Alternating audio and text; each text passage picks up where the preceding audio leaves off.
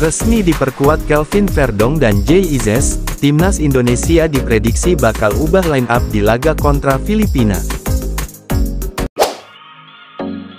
Berada di Indonesia, Jayden Osterwolde segera jalani proses naturalisasi untuk perkuat timnas Indonesia.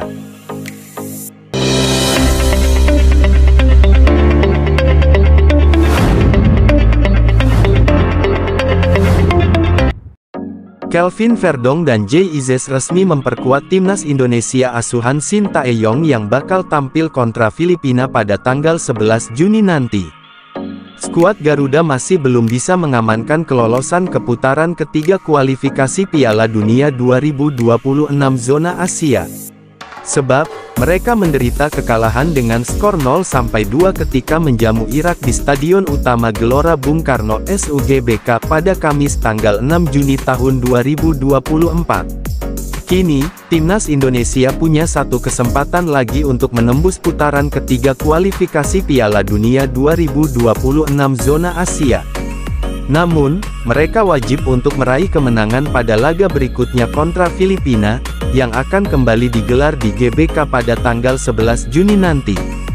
Timnas Indonesia bakal kehilangan bek tengah sekaligus kapten, Jordi Amat, dalam laga tersebut. Sebab, pemain JDT tersebut menerima kartu merah dalam pertandingan kontra Irak.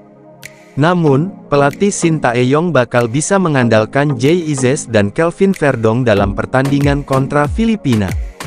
Ketika menghadapi Irak, Izzes duduk di bangku cadangan namun tidak pernah meninggalkannya, karena tidak dalam keadaan bugar.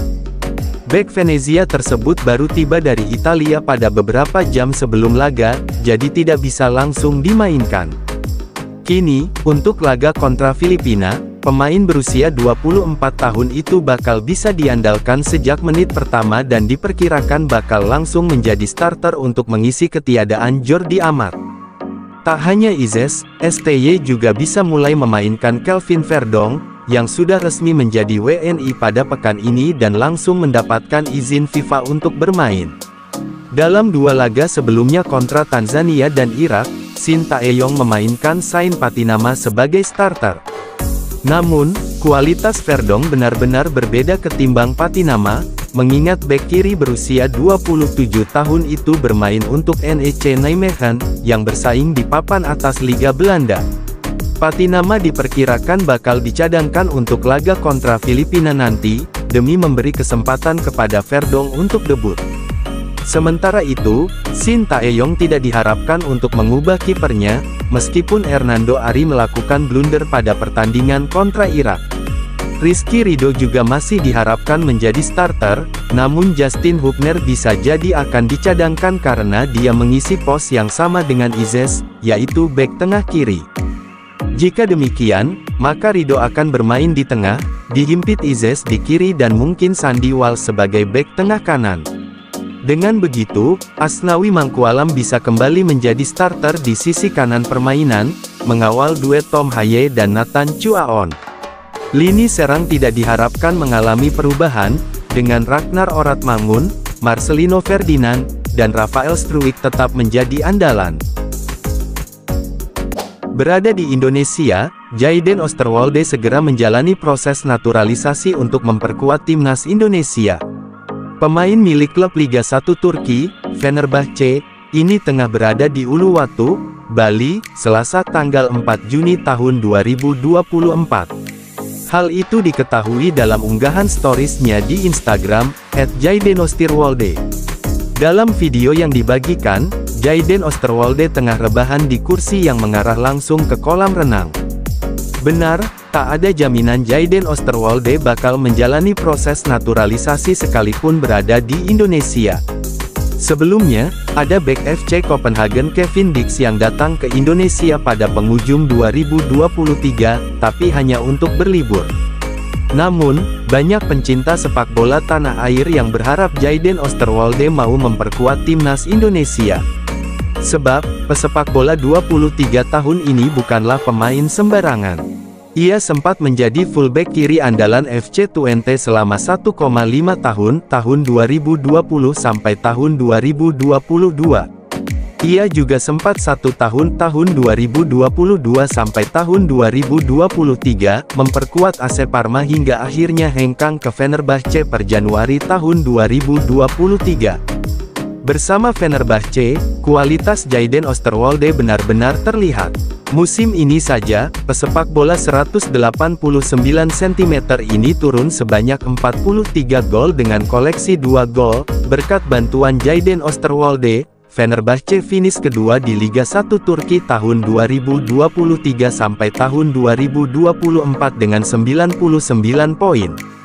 Fenerbahce hampir juara, mengingat hanya terpaut 3 angka dari sang juara, Galatasaray. Kemudian pertanyaan muncul, jika benar PSSI mendekati Jayden Osterwolde, apakah tidak mubazir, mengingat sudah banyak pemain top di sektor kiri pertahanan? Jangan salah, Jayden Osterwolde dapat bermain di banyak posisi.